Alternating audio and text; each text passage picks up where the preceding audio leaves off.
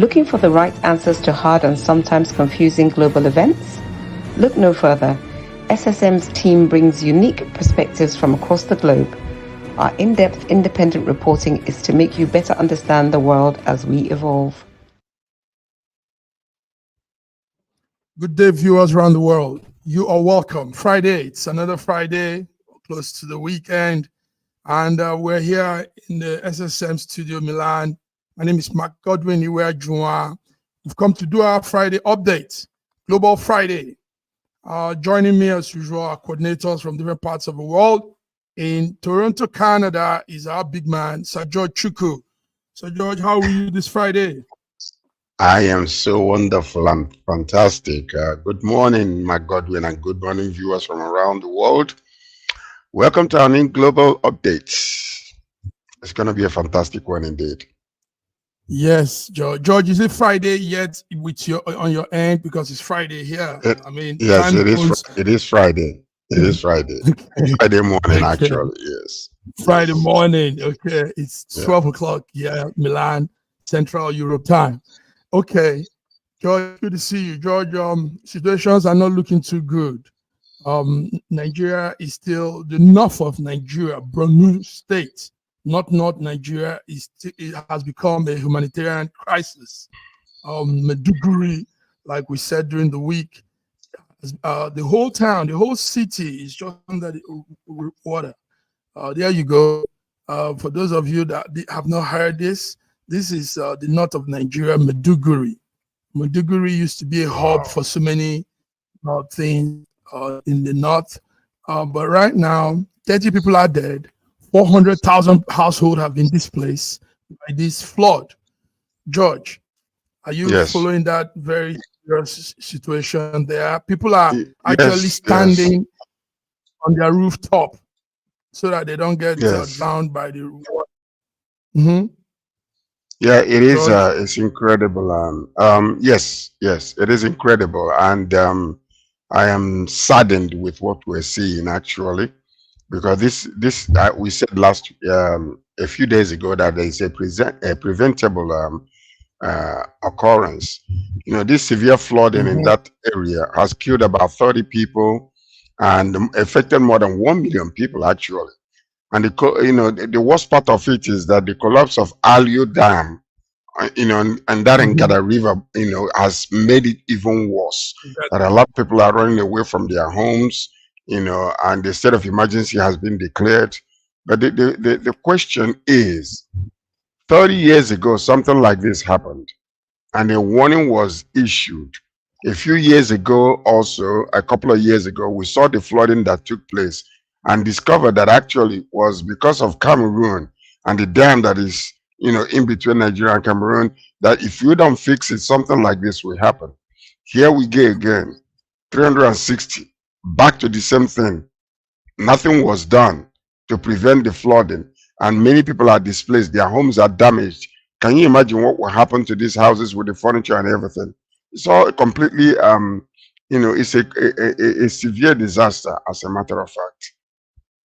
Severe disaster. Let's hear from our man in Ghana, Accra. Ghana, Accra, Olaraji. How are you, sir? I'm very well, thank you. Good morning. Good morning.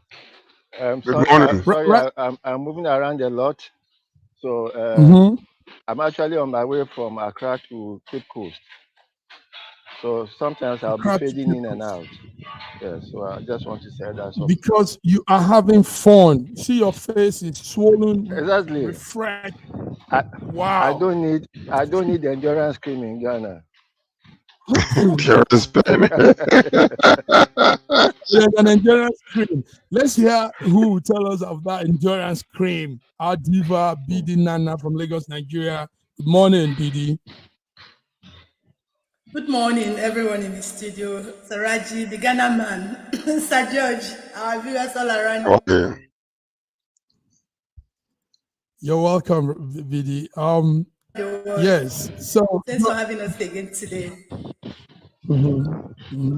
Thank you for coming into the studio too.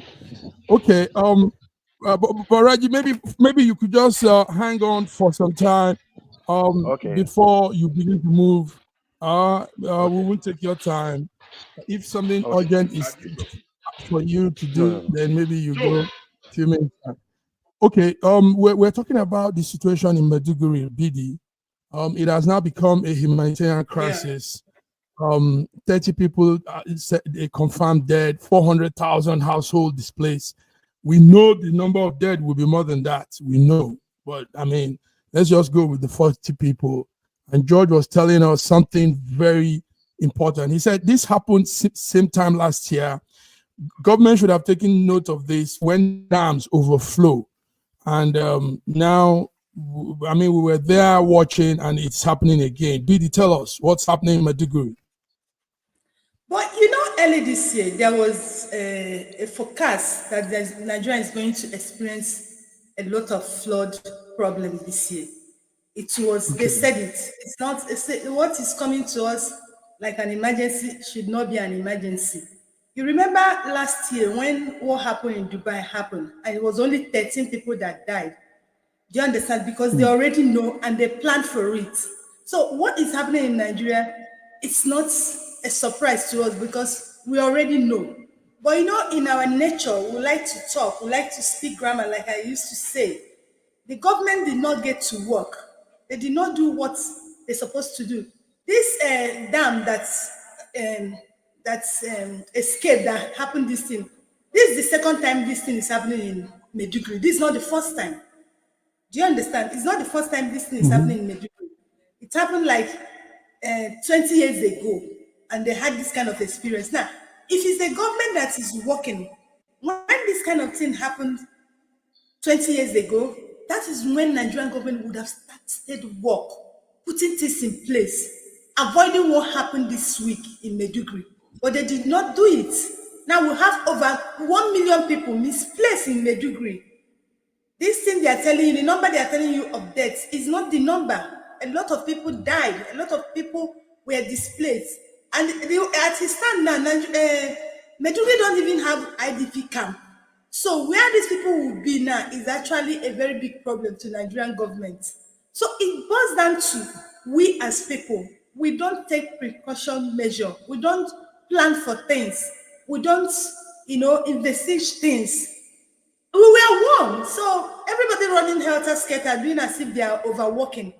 It's what I call hypocrisy, because who would have done what we are doing now earlier this year? We would have prevented what is happening in Maiduguri today. We have prevented a lot of lives we have lost in Maiduguri today. Thank you, BD. Viewers, what you're seeing there is a real-time photo that's coming to the studio.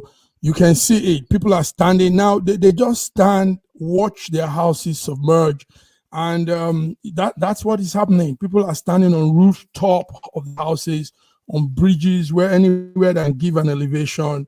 Raji in Ghana, tell us. You talked about this too last time. What is your other assessment? It's like a recurrent decimal. We know these things will happen. It has happened before. It's not just the first time. It's happened so many times. So many times. So it's just like my colleagues have said, we are seriously unprepared for anything. And a simple thing is now turned into an emergency. If you are taking precautions, I don't think we'll have the kind of emergency situation that we now have. Sir, thank you very much, Roger. George, you said it. You've been saying this anyway, so there's no point repeating it again. But let's go to news coming from our corner. Edo State. Let's come now to Edo State. Edo is south Nigeria, south of Nigeria, and Edo State has this off-season election. Viewers, off-season election means it doesn't conduct election the same time with all the other states. So Edo State is having this election this next Saturday, 21st of September, and sadly, things are not looking too good. George, the peace accord that was supposed to be signed by the Edo political parties not all of them signed. 17 of them signed. The other ones, APC, some other party didn't sign. George, what do you have about this? Well, and I know that the former head of state, I forgot what's his name again, actually had headed to Edo State to make sure that to ensure there is peace, because there's been a lot of threat coming out and regarding this election. So from different factions. So many of the 17 of those people signed, but what you're seeing is that even Obaseki was complaining about the threats were coming. So as a result of that, he refused to sign because there has been a lot of threat, taking place. But I thought maybe this would have been the opportunity, even if he didn't want to, even if the threats are coming, by signing peace accord, everybody can shield their sword. But evidently, he's not aware of it because of a lot of intimidation coming from the police force, according to him, or allegedly. So that's what we're seeing right now. But it begs the question: you are still the governor of this state, and yet you're crying out like this. I'm not quite sure. Is the federal government intimidating the Edo State with police force, arresting people and just locking them up unnecessarily and transferring them to Abuja? Is what Obaseki was complaining about. So these are things that is very troubling, because there is no telling what is going to happen when this actually takes place during the election. There is no telling to what's going to happen during the election. Raji, I know you follow Edo State issues too. Now, what the man is saying somehow is reasonable, the governor. But again, you begin to wonder, why is he emphasizing this much? I mean, he's supposed to be outgoing.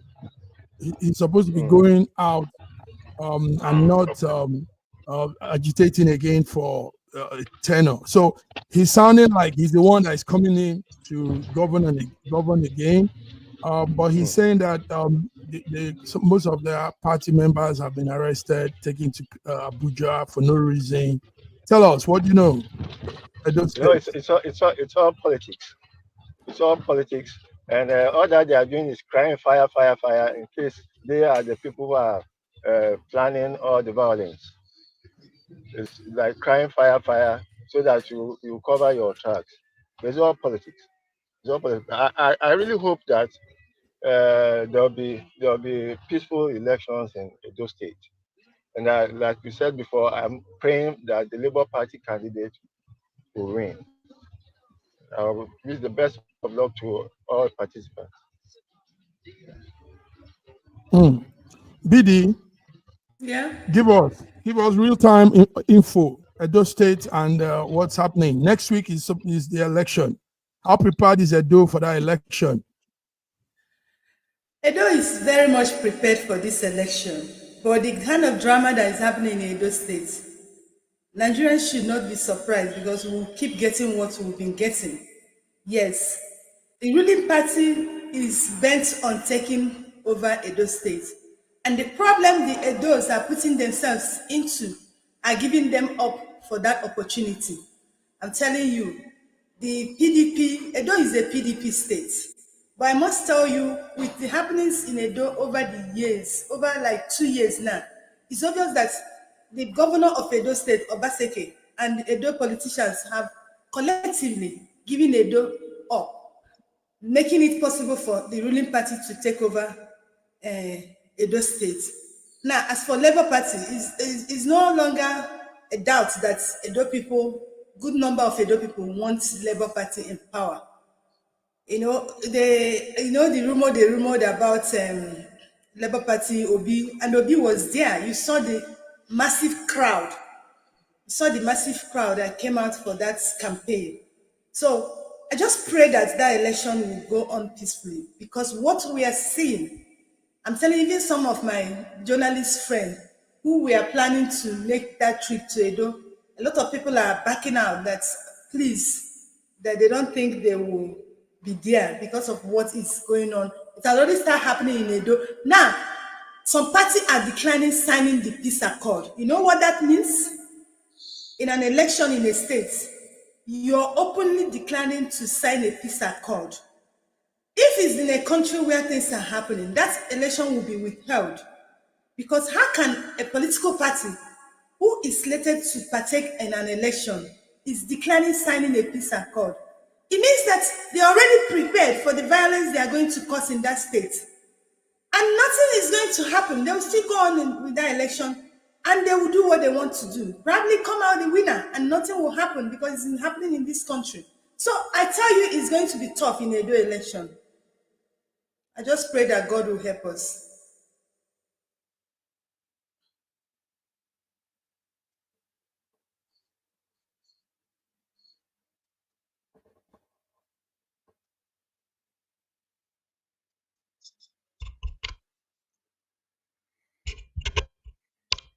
Cannot hear you, my golden. Okay, Cannot hear can you hear me? Can you hear me now? Yes, we can hear you now. Yes. Thank you, Bidi. I'm reading a comment from a viewer all the way from Guyana. He says, "Happy Grand Rising from Guyana to my sisters and brothers." So we want to thank you, Roger John, for tuning in, following us. Yes, today is an international news update, but we're doing some local news because these are recurring activities. George, still on, there's a man there that we need to, he's having his birthday, the Esama of Edo land. The Esama of Benin is called Sir Gabriel Ibinedium. Sir Gabriel yesterday celebrating his 90th birthday. I've come close to this man on some occasions, and I think it's worthy we just also say happy birthday to him. George, do you know about the Esama of Edo land, of Benin? I know him, but I don't know him. Yeah, Okay. but he's an elderly statesman, 90 years old. Happy birthday, sir. He looks good at 90, though. He still looks fresh. The oil is still flowing in his body. So we wish him, happy birthday. A much longer satisfaction as he closes 100 years old. And I believe that he might make it. Looking at him right now, he looks very fresh at the age of 90. Yes. Money Thank you. good. Thank you. Bidi, before Bidi, Raji, you know the SMA is celebrating his 90th birthday. Yes. These are notable personality in Nigeria that, yes, say something.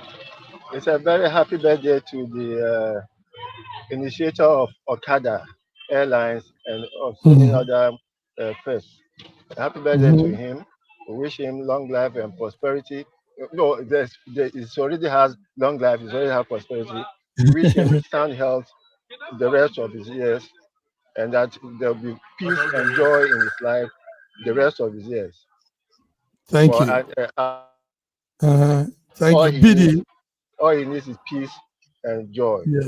Yes, that's all he needs. Yes, and he will have it. Bidi, say something to the SMA. The SMA of Benin, we all here from SMEs are wishing you happy 90th birthday. It's not easy. In fact, he needs to send our cake because if you have followed this man, he's 75, 86, 80, he always celebrates it in grand style. So, Massive Mike, we are wishing him all the best. He will still live more 30 years in good health because the man is looking good. Oh my God. He's looking fresh, good. Please, SMA, send our own cake. We are wishing you all the best. You will live healthy and longer more. In Jesus' name. Yes, healthy. Amen. Thank you very much. SMA, that's for you. Nice.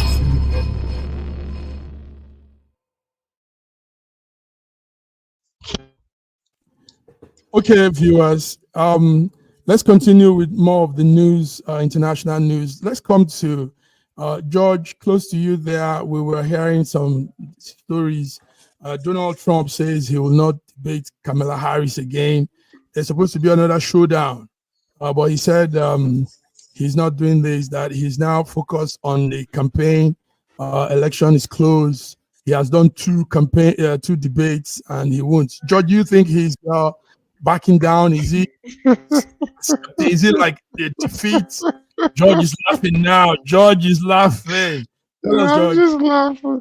No, I expected him. I expected him to say that. Actually, you see, Trump is very predictable. So he's not the type of individual that might. He's very, very predictable because of the type of personality he has. He's a very narcissistic individual. So when he loses in any way whatsoever, and a regular individual would have said, "Okay, I messed up in this one. Let me go ahead and caution myself and make sure that I discipline myself in the next so that I can take over." But it will never happen with him because he hates to lose, and he's been losing. And I don't know how he's going to be able to take this one when it happens again. So it's very unfortunate, but I was expecting him to make the announcement.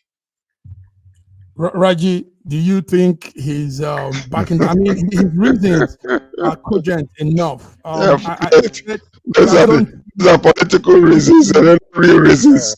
These are that I haven't seen a winner who got an excuse before. Winner usually don't have excuses. Losers always have excuses. So let's hear Raji tell us. Well, I was a little surprised when he said he was no more going to debate Kamala, which shows that he has already he's given up on the preliminaries. But that doesn't mean that he's giving up on the elections. That guy is going to stand for elections, and you'll be surprised what will happen. Because when elections come, essentially, most people vote out of emotions. So I don't think the debate will be so important or will have so much effect on the final elections. I don't think so. Well, but I'm surprised that he gave up so easy. I would have thought that he would go back and do his homework and come out better prepared. Yes. Thank you. That's what I thought too, Raji. I thought he was going to go and buy other type of better boxing glove. Maybe a red one and come out with stronger punches. But there is no foundational base for him to do so because he cannot. It's very difficult to teach an old dog new tricks. So that's what it is. The face-off was too much. Trump could not withhold it, and I think he underestimated Harry. And they said, "Kama, why is he running away?" This was actually close to what he did to Biden. You remember, he did it to Biden, and he was bragging, and the woman is doing it to him. So why is he running away? Like I just said, I'm telling you, if things are being done normally, Harry has won this election. But like Sir George said, people will still vote out of sympathy, out of emotion. Do you understand? But I tell you, I am really happy with what happened to Trump. Trump did not see this coming. The thing came to him unaware, and it's really threw him off balance.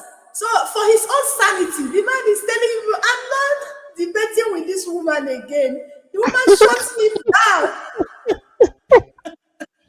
Okay, but while he's also saying this, something else happening in different corner. Biden wore his hat last night. Yeah, I saw that. Biden wore the hat, the Trump hat. He said anyway. What he said was, it's a bipartisan type of gesture that he was doing.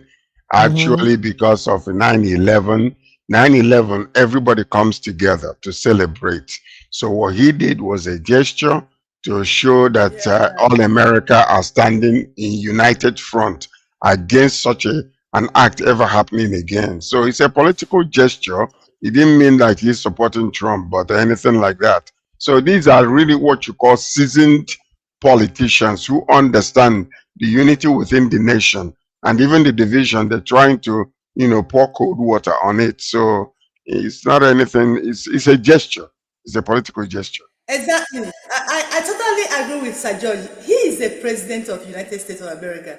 Do you understand? So what he did is what every normal thinking president of a nation should do. Trying to calm the tension, trying to tell people, we all are together, we all are one, irrespective of our different party and ideology. We are still Americans, and to make Americans great, like they always say, is what each and every one of us should stand for. That's what I see from this cap he's wearing. Biden does not stand. Biden does not stand for make America great again. That's Trump. America is already great. Biden stands on let's remain in our greatness. Let's remain. Okay, Raji is unmuted. We saw that, and these are beautiful things to see when politicians do like this. But George, I will also say that Trump's reason for not debating are cogent for me, because he has done two already. Election is close. Well, what's the use debating when you need to get out there and begin your campaign and meet people? No, it's part of the campaign. Debating is not campaign. Hold on, debating is part of the campaign. If you but he has done two. The point is he chickened out. Trump chickened out because he was beaten down by a woman. Simple, straightforward. There is no excuses. He can give any excuse he wants to bring out there the reason why he doesn't want to debate again. If Trump had done well in this debate, he'll be seeking for the second so that he can totally knock the woman out. But the point is, a woman has knocked him out, and he's going back to lick his pain. That's simple as that. Excuses are not anything. He's just giving excuses. The man chickened out. A woman has knocked him out. Plain and simple.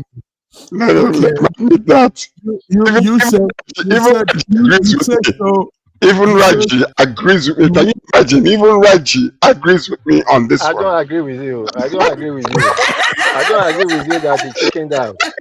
I agree with you that I expected that he will have gone back to prepare himself for a better debate. You can celebrate your win as much as you like. But let me assure you, the trumpet shall sound. The trumpet shall yet sound. All right, gentlemen, let's move on to some other stories. We have lots of them coming in. George, I don't know if you're following this news. There is a strong warning coming from Vladimir Putin. We hope the bells of war don't begin to ring strong. Vladimir Putin is telling America and NATO there will be war if they allow Ukraine use long-range missiles. And this morning, Biden said, yes, America is going to help Ukraine begin to throw in missiles right into the corners of Russia. Guys, let's talk about this because it's serious. I was listening to this yesterday on the French TV, and it's a serious issue. What do you think will happen? The man says any more move, he'll strike. He'll make it.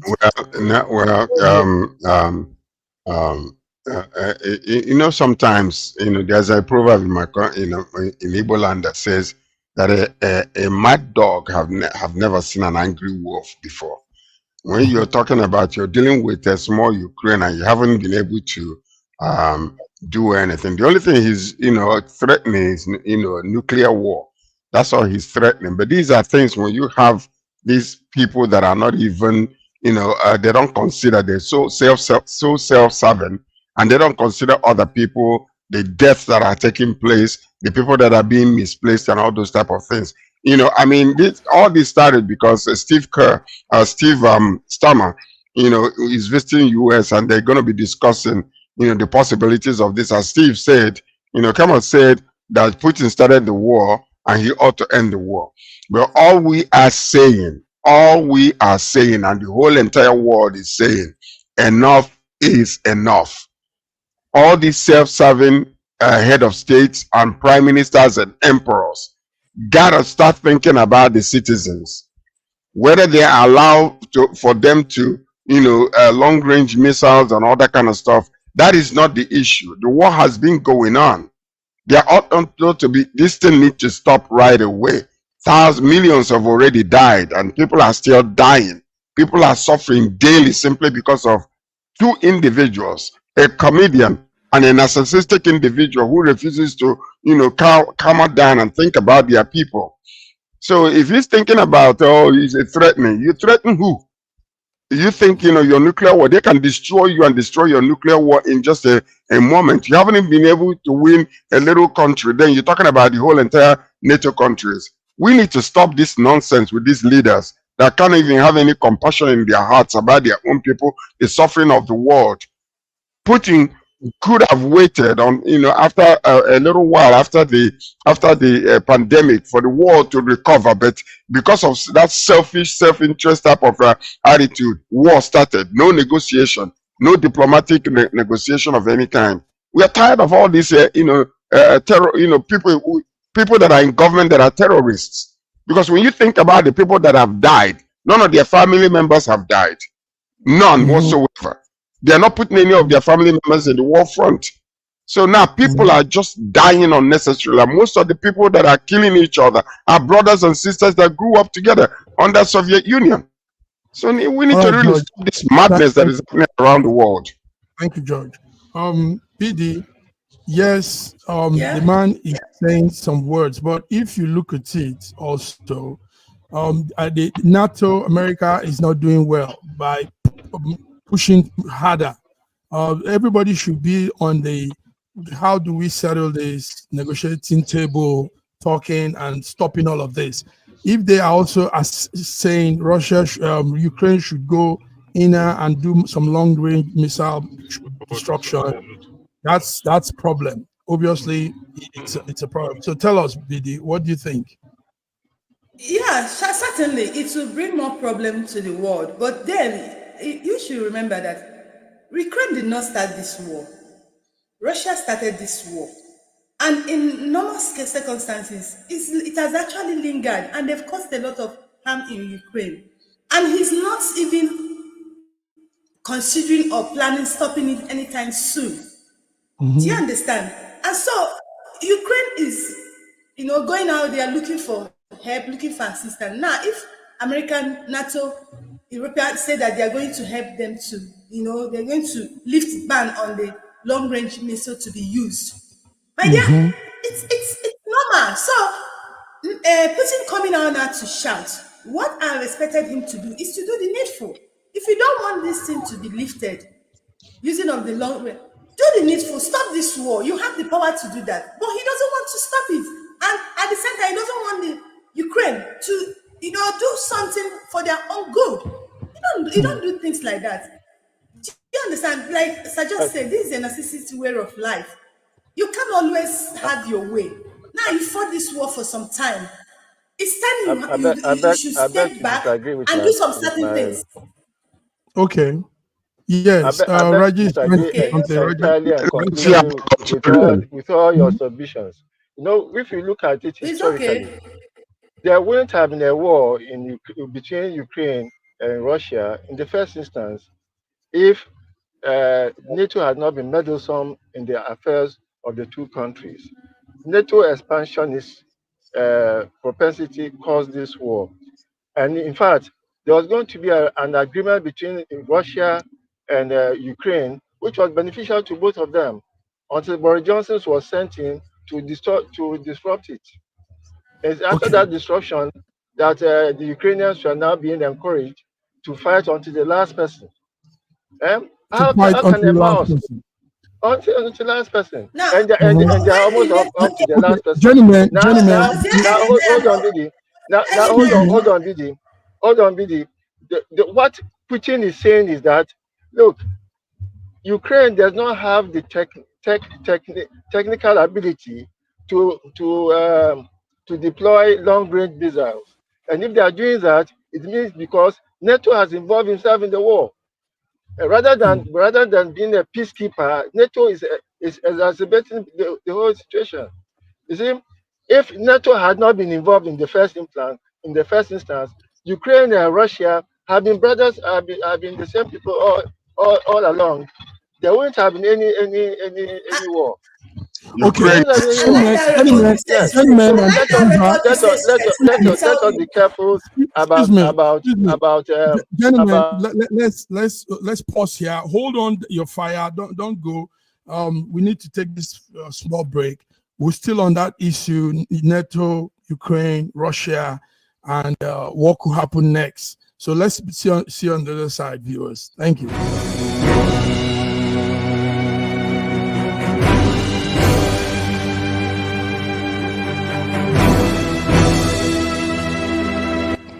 Looking for the right answers to hard and sometimes confusing global events? Look no further. SSM's team brings unique perspectives from across the globe. Our in-depth independent reporting is to make you better understand the world as we evolve.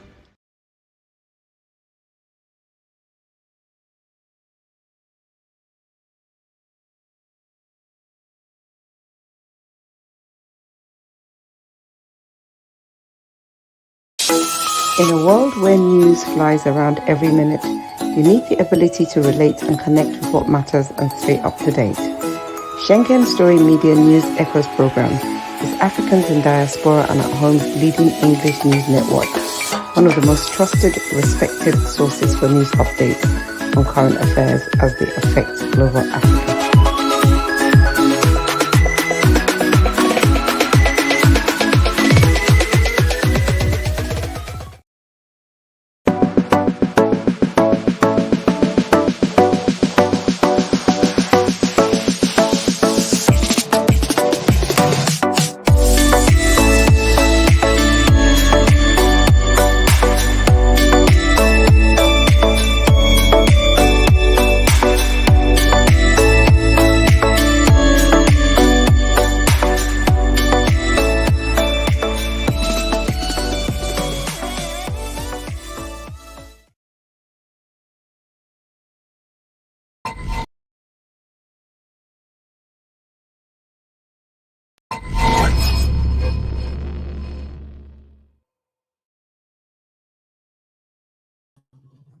Yes, we're back. Viewers, hope you're following us. You're getting the storyline. This is it, Friday, World Affairs. George, I hope you're there. George in Canada, Yes. Raji in Accra, Ghana, and BD in Lagos, Nigeria. We're still on the Ukraine thing because this could really escalate to something else. But George, I really think NATO is playing a little bit of the hard man, the stubborn goat, because and maybe because it's not affecting them directly. Take note, France and United States, Germany, these are the core people around NATO. So, I mean, making Ukraine do more long-range attack, that's not, I mean, where do we take this to? This won't end the war at all. The question is, the war has gone on for how many years now? Almost 3 years now, George. Is it fair to the Ukrainians that they are restricted from using long-range missiles, while Russia is arbitrarily using and abusing all kinds of international laws? Russia is not. Can I finish? Please don't interrupt. No. I'm not interrupting you. I'm correcting you. Russia is not using long-range weapons. You can have your own time to talk, please. Thank you. So what is happening right here is this. Would it be now unfair to Ukrainians if they are still completely restricted? When Russia have not obeyed any international law, not restricted. Can you just stop? Nobody is restricted. Stop. No. When I finish, you can talk. When I finish, you can talk. We can't be talking like small boys talking to each other. Look, it's uncivilized for you to continue with disinformation and lies. No. You have to listen. Ukraine is not restricted from doing anything, and Russia has not been using long-range missiles. Somebody is talking and you just interrupting. That's very, very juvenile. I'm not interrupting. I'm not interrupting you. I'm just correcting you. I have the stage. Let me finish. Number one is about you having the stage. It's okay, Raji. Let's hear George. George, round up. George, round up so Raji can speak. George, round up. If it's falsifying information, I have to correct him. One thing about it, don't be a Trump on this stage. I'm not a Trump. I don't look like Trump. I don't have yellow hair, and I'm not a Trump. You have white hair. You have white hair. Oh my God! But anyway, like I was saying, I stand in the middle of this whole entire thing. There got to be a diplomatic negotiation to stop the war. It's already gone too far. And the more they go through this, whether it's NATO, whether it's Putin threatening and all those things, at this particular time and moment, it is unnecessary. It's gone long enough. Every common man in the world today have suffered because of this war. Because of this war, that there was a restriction on fossil fuel and everything that is happening around the world. So they need to really come to the table and stop the war now. That's where I stand. Thank you. Yes. Raji, go ahead. I agree with you on that. I agree with you on that. The war has gone on for too long. Too long. It's an unnecessary. It was an unnecessary war. It shouldn't have happened in the first instance. But now that it's there, they should, except for the meddlesomeness of NATO and particularly of US, this war wouldn't have started in the first instance. Let them all put their egos in their pockets and let us come to the every war eventually comes to the table. And therefore it is even surprising that human beings don't learn. Instead of going to war, let's go to the table. Yes. Like George was saying earlier, the UK Prime Minister, Sir Starmer, also, these are people exacerbating this whole thing. But he also came in a different way anyway. He said it's time for Putin to end the war.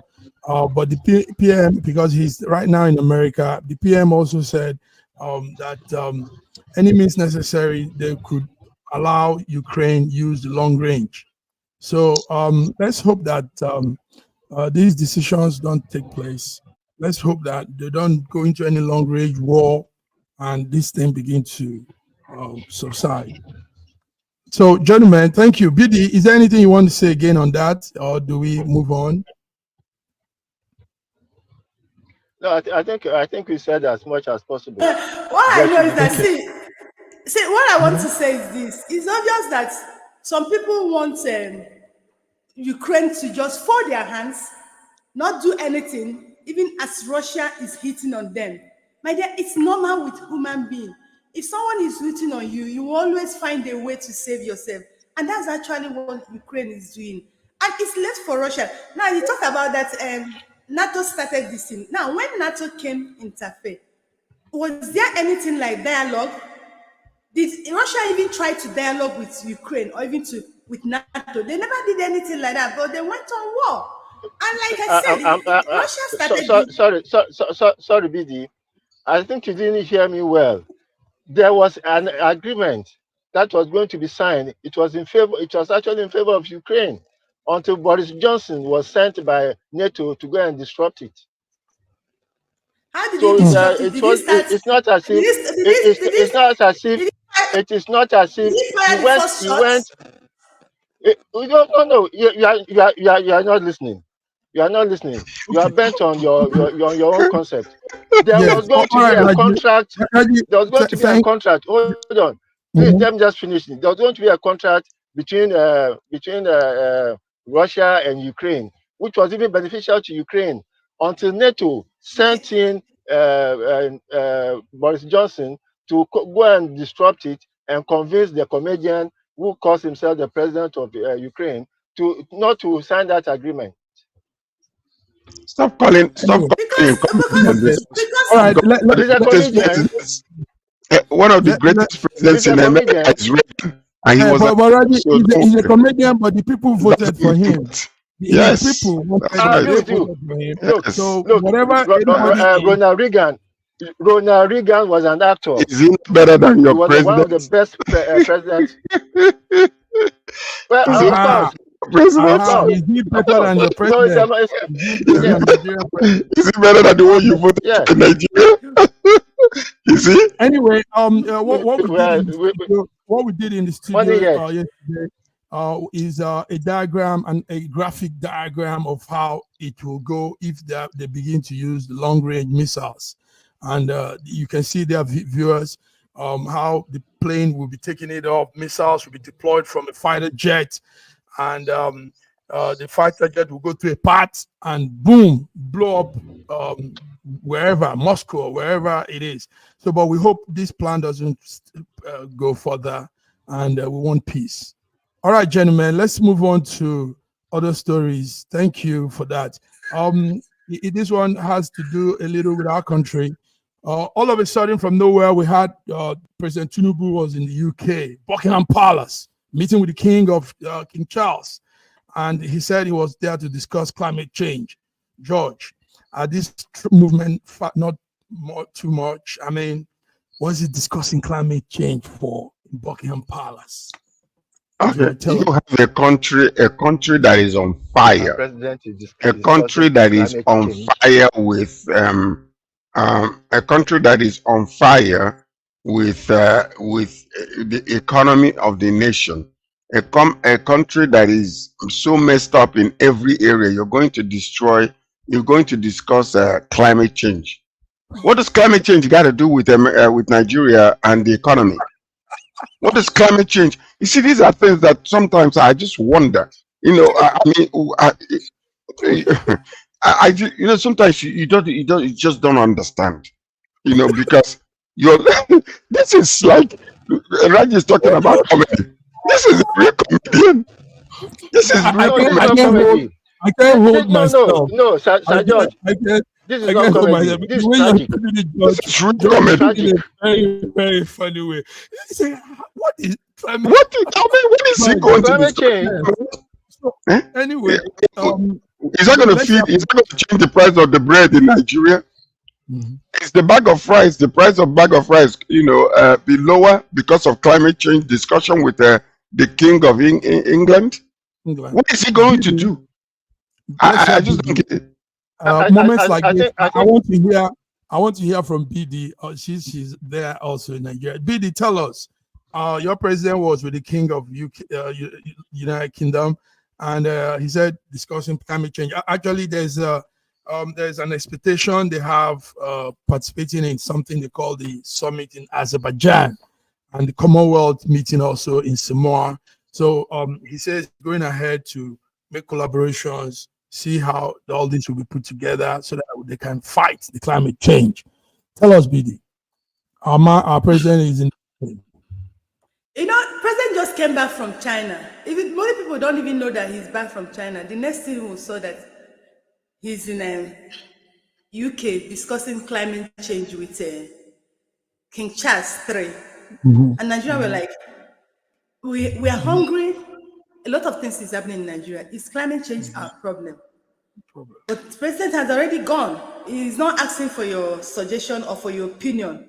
So he said that he actually dialogued with Prince Charles, and they talked about the funding, the financing for climate change. And another thing they talked about is how to strengthen Nigerian leadership among African and Commonwealth. That's what they told us.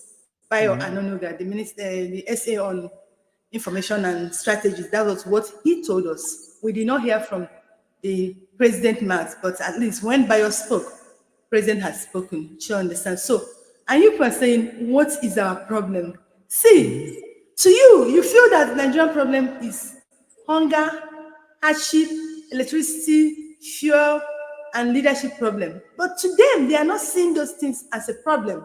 To them, Nigerians are living okay. So they want to go into the climate change. They want to level up with the other world leaders who are talking about climate change. And if you look at it, those leaders that are talking about climate change, their homes are okay. Their homes are in order. They've taken care of the necessary things. The climate change is now an external thing, is like a secondary thing. Now, but in our own country, we left the primary thing and we are chasing after the secondary thing. So that's where we find ourselves. What do you want me to say? They told us, even look at the picture and everything, you'll be like, let me not say what I want to say before they say this lady. He has gone and he's back. He's welcome home. What do I say?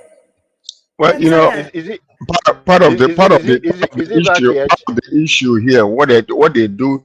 Let me tell you something. You see, when third world countries like Nigeria is actively on top of this type of thing, it's all about AIDS. Because let me tell you what's going to happen eventually. Money will be released to these countries in order for them to curb, and to help towards that climate change. And if it wasn't for the money that is coming, I can guarantee you Tinubu will not be there. And most of this money that is being donated into the country and coming into the country to help with the security from the US and other countries and every aspect of it is unaccounted for. This money will be released and it will go into the coffers and it will disappear, and there will be no accountability for that. So this is one of the things we need to understand. This thing was exposed when UK spoke about the amount of money they gave towards the election in 2023, I believe they're thereabout. So we didn't know that they gave money. We didn't know. It was only when they started arguing in the parliament that they discussed it. Nigeria never said that UK gave a 5 billion or whatever, how much it was, or 5 million pounds, to help with the election. They never mentioned it. So these are sometimes when you see them going on into these things, I'm trying to be champions of nothing. That's what I call it, champions of nothing. It's all about the money they're going to be receiving. That's it. Sir George is 100. Sir George is 100% correct, because if you look at the memo they gave us, the focus was on financing and funding. It's all about the money. It's not about anything. That's it's all about the money. And all this aid is causing AIDS for Africa, because they all come with all manner of stringent conditionality. Conditions. All manner of strings attached, such that let's be very, very obvious. Let's be very, very sure. There's no free money anywhere. So if anybody is giving you free money, it is not free. There's something attached to it that is going to put you in chains. And for Africans, it seems as if we have been so used to getting all these things that put us in chains that we are now beginning to enjoy our chains. You see, it is very, very sad. It's very, very sad. What the hell does King Charles even have to do with climate change? And the whole climate change regime is a scam. It's a scam. It's a scam. If you are talking about the carbon footing, can you believe that during the COVID restrictions, when there was hardly any movement globally, the amount of carbon dioxide in the atmosphere increased? So what are we talking about climate change? What is changing the climate? Up to today, if you understand the amount of investment that is put onto coastal development, coastal property developments in London, in Miami, in Florida, you begin to understand that there's nothing going to raise. Yes, one time Vice President of the United States, Al Gore, started all these things, and he's going very far now. Sorry to cut in. Sorry to cut in. There's one billionaire, I've forgotten his name, who is regretting that if he had known that Al Gore was going to push it, he would have been the first person to push it, because it's a scam. It's a serious scam, because development is still going on all over London, and if according to all these climate change proposals, there will be rising sea level all over the place, and even 1 inch rise in sea level will probably take over the whole of Florida and most of London. And yet no. Thank you. Yes, we lost him there. Okay, George and BD. Yeah, that's it. We saw our president right there in the UK. It was a very fast visit. He intentionally did that so that people won't talk. He went, and it was when he was there that the news now spread. You know, I know they planned that way. Let's go on. He came back. He came back before the news spread, Steph. Okay. He came back before the news came out. Yeah. Okay, he came back before the news spread. And we're still on that issue of him curtailing his cabinet. Over 85%, like they say, of his activities are non-functional, and they're just wasting resources. Is that not what we said, George? All of these movements just wasting our resources. We have mentioned it before, and then his puppet, Bayanonoga, Minister Wannabe, is controlling almost everything. So he's even more active than the young man that resigned. If you and possibly the part of the reason why he must have resigned, because there has been a lot of confusion between Ngalele's reports and Bayanonoga's reports. So these are the problems that we have had in the past. One will come and say this, another will say that. So Bayanonoga is a minister wannabe. He's not even a minister, for goodness sake, but he's more active than ministers. George, on the low, if we can get Ajure, what's his name again? The Ajure, BD. If we can get Ajure, Ajure has a lot to say. Ajure is a man to get now.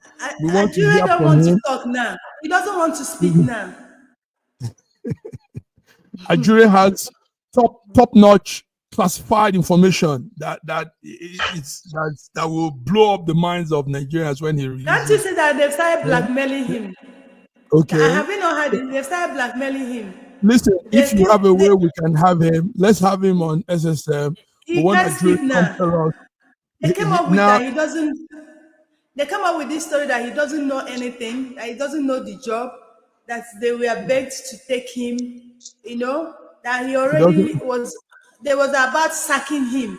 And okay, viewers, for our viewers that don't know, Ajure we're talking about is a young man that was the media publicity director for the presidency, and last week he resigned. He put up a letter of resignation, but what we heard truly from the back end is that he was sacked. The fact is he refused to. He was tired. He was tired of lying. He was tired of lying. His conscience took over. Raji, get him for us. We want Ajure. We want Ajure to go. Ajure is like a time bomb walking now. George, can you get Ajure? I don't think he will talk now. Because remember where he's coming from. Remember where he's coming from. He knows the power of the people that he came out of, and he knows what they can do to him if he starts talking. Let's allow him to heal first of all, because I know this sickness, that the health purposes, is because of his conscience being seared with hot iron, overlying again and again and again, and the conscience is bothering him. So let him heal a little bit. Maybe when he leaves the country with his family, that he can open up to us, and then we'll hear the truth about what really happened behind the scenes. Yes, he's an American citizen. So George, let me tell you people, yes, as long as APC is still in power, Ajure is not going to speak now, because he has a lot of things, he knows a lot of things, and he's not going to speak now. If they tell you the drama that happened when he went to drop his resignation letter, you will understand why I'm saying this. He will speak, but not now, not soon. He will speak, but not now, not soon. Okay. Anyhow, we really love to have him. He's a man to. He's more like a moving time bomb, you know, and he has some real classified information there that will say the best thing for Ngalele to do is to calm down and write his first book, My Time with Tinubu government. We have to accept that. With Tinubu government. We have to accept that damage to a person's conscience. Government. A damage to a person's conscience takes much longer and is much deeper. Takes much longer to heal than a physical hurt. Yes, because this man's soul, his very soul has been affected. Yeah. So he Yes, it has to be very, very, That's it an has to be image. very, very quiet. It has That's to an detox. image. That's the image of the young man we're talking about, Ajure Ngalale, and It has to detox. yes, he was the media and publicity secretary for the presidency. So that's Ajure. Viewers, guys, we've had fun. George, thank you for coming. Raji is doing his thing, moving, but still has the space and time to be with us. That's awesome. Thank you, Raji. And please, warn Sir George to stop calling me Trump. To stop calling me Trump. You're not Trump. You don't even have any close. There's no similarities between me and Trump. All right. Didi, next week we want to hear about the business summit, your business summit. Come tell us more how viewers can get involved, how people can be involved. Remember last time we were there with you. That's a beautiful thing you're doing. Very resourceful, very, very impressive activity. So, and I need you people's support individually, or not as a SME. Individually, I say I need you people's support individually. Sir George, Sir Raji, everyone. I need you people to support. Send in your supports. Send in your support. Yeah, George and Raji, you're hearing that. I'm hearing this loud and clear too. Yes, okay. yes. We're going to do our best. We love what you do, and keep doing what you're doing. So until we come again, viewers, it's been Friday SSM World News Update, and the gentlemen here have pulled it through, having fun, discussing, looking into issues. This is what we do, and we do it so well. So until we come again, have a beautiful weekend. Bye-bye.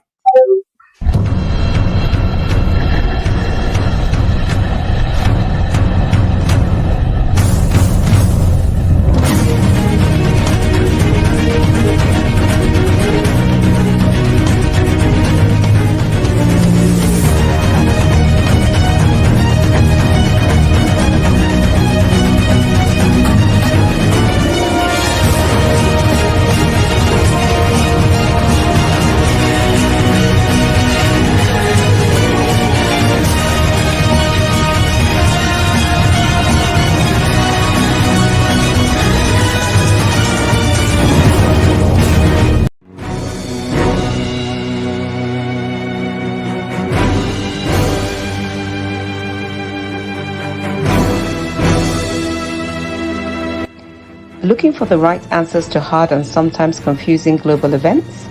Look no further. SSM's team brings unique perspectives from across the globe. Our in-depth independent reporting is to make you better